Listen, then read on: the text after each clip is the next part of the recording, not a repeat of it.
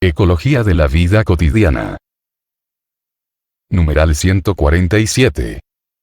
Para que pueda hablarse de un auténtico desarrollo, habrá que asegurar que se produzca una mejora integral en la calidad de vida humana.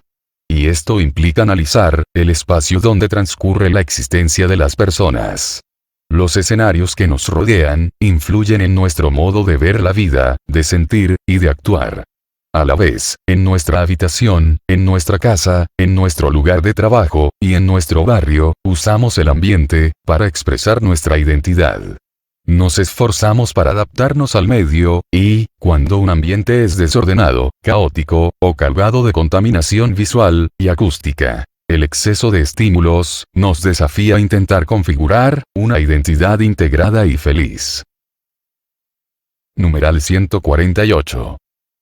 Es admirable la creatividad y la generosidad de personas y grupos que son capaces de revertir los límites del ambiente, modificando los efectos adversos de los condicionamientos y aprendiendo a orientar su vida en medio del desorden y la precariedad. Por ejemplo, en algunos lugares donde las fachadas de los edificios están muy deterioradas, hay personas que cuidan con mucha dignidad el interior de sus viviendas. O se sienten cómodas por la cordialidad y la amistad de la gente. La vida social positiva y benéfica de los habitantes derrama luz sobre un ambiente aparentemente desfavorable.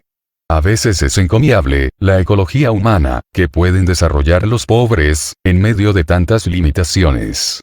La sensación de asfixia, producida por la aglomeración en residencias y espacios con alta densidad poblacional, se contrarresta si se desarrollan relaciones humanas, cercanas y cálidas. Si se crean comunidades. Si los límites del ambiente se compensan en el interior de cada persona, que se siente contenida por una red de comunión y de pertenencia. De ese modo, cualquier lugar deja de ser un infierno y se convierte en el contexto de una vida digna. Numeral 149. También es cierto que la carencia extrema que se vive en algunos ambientes que no poseen armonía, amplitud y posibilidades de integración facilita la aparición de comportamientos inhumanos y la manipulación de las personas por parte de organizaciones criminales. Para los habitantes de barrios muy precarios, el paso cotidiano del hacinamiento al anonimato social, que se vive en las grandes ciudades, puede provocar una sensación de desarraigo, que favorece las conductas antisociales y la violencia. Sin embargo, quiero insistir en que el amor puede más. Muchas personas en estas condiciones son capaces de tejer lazos de pertenencia y de convivencia, que convierten el hacinamiento en una experiencia comunitaria, donde se rompen las paredes del yo, y se superan las barreras del egoísmo. Esta experiencia de salvación comunitaria, es lo que suele provocar reacciones creativas, para mejorar un edificio, o un barrio. Numeral 150. Dada la interrelación entre el espacio y la conducta humana, quienes diseñan edificios, barrios, espacios públicos y ciudades, necesitan del aporte de diversas disciplinas, que permitan entender los procesos, el simbolismo, y los comportamientos de las personas. No basta la búsqueda de la belleza en el diseño, porque más valioso todavía, es el servicio a otra belleza. La calidad de vida de las personas, su adaptación al ambiente, el encuentro, y la ayuda mutua. También por eso es tan importante, que las perspectivas de los pobladores, siempre completen el análisis del planeamiento urbano. Numeral 151. Hace falta cuidar los lugares comunes, los marcos visuales, y los hitos urbanos, que acrecientan nuestro sentido de pertenencia, nuestra sensación de arraigo, nuestro sentimiento de estar en casa, dentro de la ciudad que nos contiene y nos une. Es importante que las diferentes partes de una ciudad estén bien integradas, y que los habitantes puedan tener una visión de conjunto, en lugar de encerrarse en un barrio, privándose de vivir la ciudad entera, como un espacio propio compartido con los demás.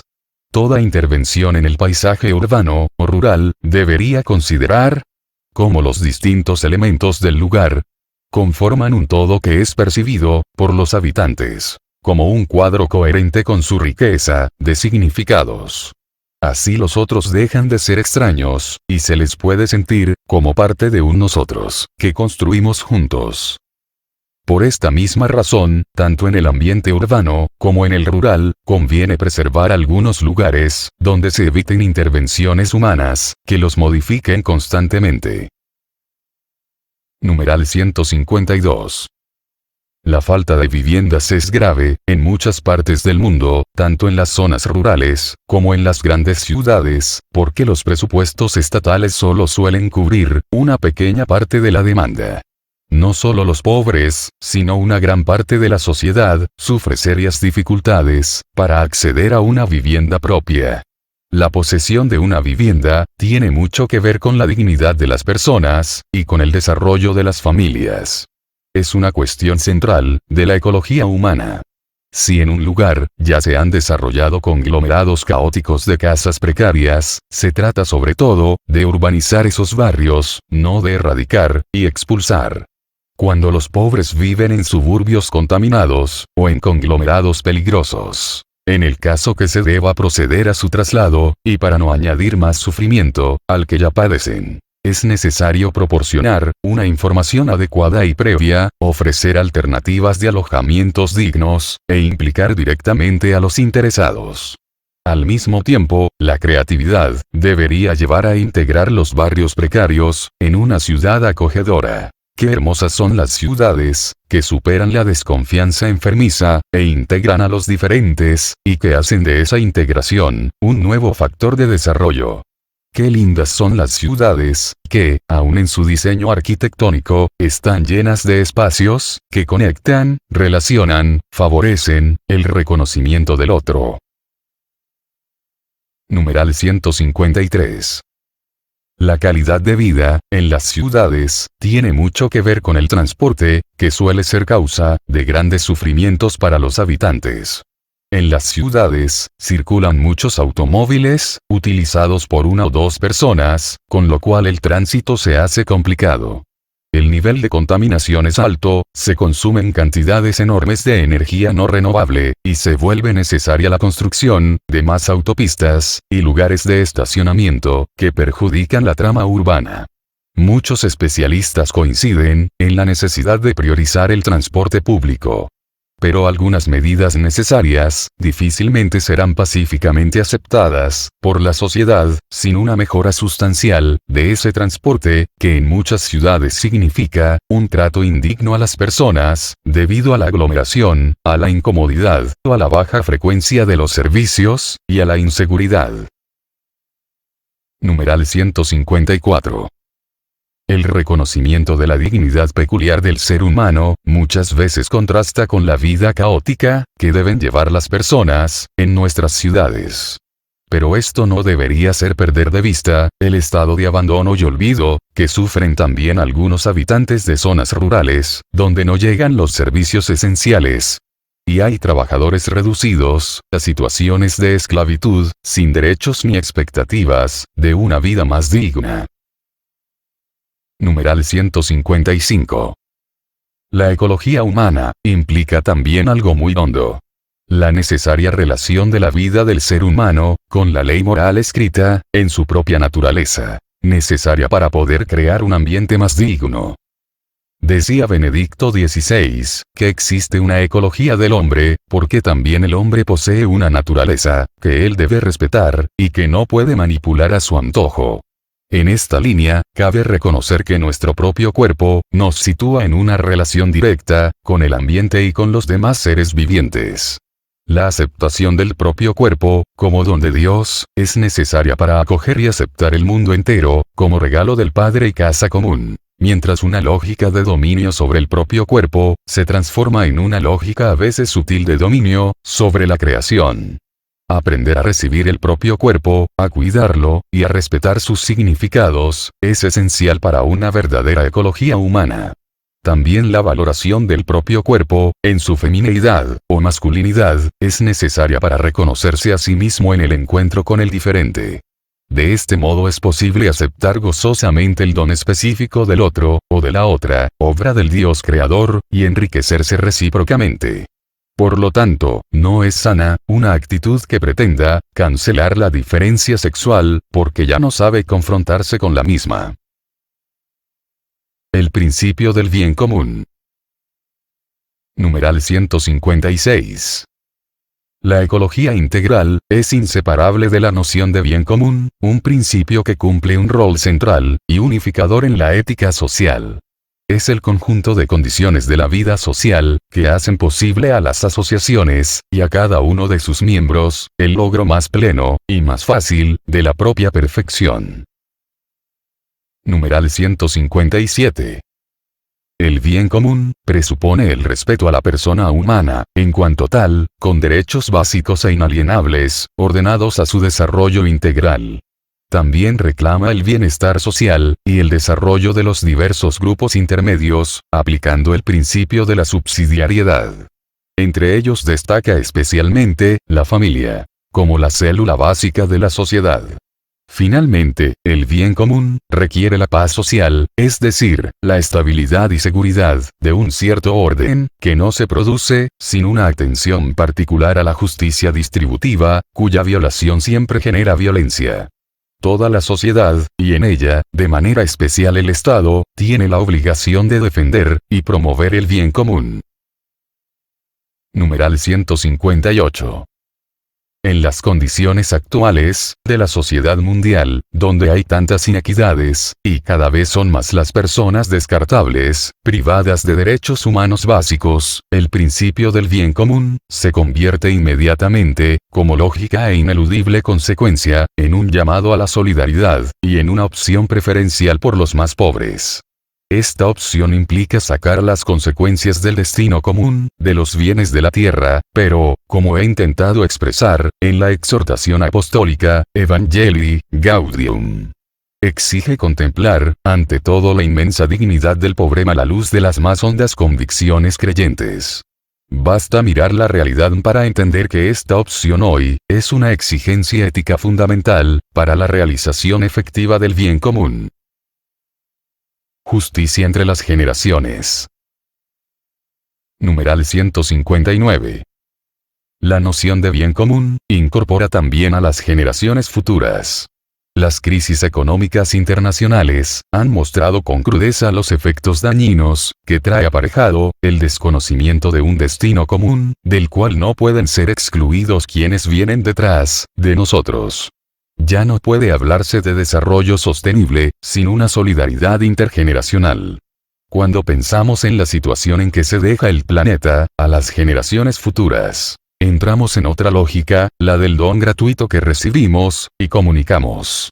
Si la tierra nos es donada, ya no podemos pensar, solo desde un criterio utilitarista de eficiencia, y productividad, para el beneficio individual. No estamos hablando de una actitud opcional, sino de una cuestión básica de justicia, ya que la tierra que recibimos, pertenece también a los que vendrán. Los obispos de Portugal han exhortado a asumir este deber de justicia. El ambiente se sitúa en la lógica de la recepción. Es un préstamo que cada generación recibe, y debe transmitir a la generación siguiente. Una ecología integral posee esa mirada amplia. Numeral 160. ¿Qué tipo de mundo queremos dejar a quienes nos sucedan, a los niños que están creciendo? Esta pregunta no afecta solo al ambiente de manera aislada, porque no se puede plantear la cuestión de modo fragmentario. Cuando nos interrogamos por el mundo que queremos dejar, entendemos sobre todo su orientación general, su sentido, sus valores. Si no está latiendo esta pregunta de fondo, no creo que nuestras preocupaciones ecológicas puedan lograr efectos importantes. Pero si esta pregunta se plantea con valentía, nos lleva inexorablemente a otros cuestionamientos muy directos. ¿Para qué pasamos por este mundo? ¿Para qué vinimos a esta vida? ¿Para qué trabajamos y luchamos? ¿Para qué nos necesita esta tierra? Por eso, ya no basta decir que debemos preocuparnos por las futuras generaciones. Se requiere advertir que lo que está en juego es nuestra propia dignidad. Somos nosotros los primeros interesados en dejar un planeta habitable para la humanidad que nos sucederá. Es un drama para nosotros mismos, porque esto pone en crisis el sentido del propio paso por esta tierra. Numeral 161. Las predicciones catastróficas ya no pueden ser miradas con desprecio e ironía. A las próximas generaciones, podríamos dejarles demasiados escombros, desiertos, y suciedad. El ritmo de consumo, de desperdicio, y de alteración del medio ambiente, ha superado las posibilidades del planeta, de tal manera que el estilo de vida actual, por ser insostenible, solo puede terminar en catástrofes, como de hecho, ya está ocurriendo periódicamente, en diversas regiones. La atenuación de los efectos del actual desequilibrio, depende de lo que hagamos ahora mismo, sobre todo si pensamos en la responsabilidad, que nos atribuirán los que deberán soportar, las peores consecuencias. Numeral 162. La dificultad para tomar en serio, este desafío, tiene que ver con un deterioro ético, y cultural, que acompaña al deterioro ecológico. El hombre y la mujer del mundo posmoderno, corren el riesgo permanente, de volverse profundamente individualistas, y muchos problemas sociales, se relacionan con el inmediatismo egoísta actual. Con las crisis de los lazos familiares, y sociales. Con las dificultades para el reconocimiento del otro. Muchas veces hay un consumo inmediatista y excesivo de los padres, que afecta a los propios hijos, quienes tienen cada vez más dificultades para adquirir una casa propia y fundar una familia. Además, nuestra incapacidad para pensar seriamente en las futuras generaciones está ligada a nuestra incapacidad para ampliar los intereses actuales y pensar en quienes quedan excluidos del desarrollo. No imaginemos solamente a los pobres del futuro, basta que recordemos a los pobres de hoy, que tienen pocos años de vida en esta tierra, y no pueden seguir esperando. Por eso, además de la leal solidaridad intergeneracional, se ha de reiterar la urgente necesidad moral de una renovada solidaridad intrageneracional.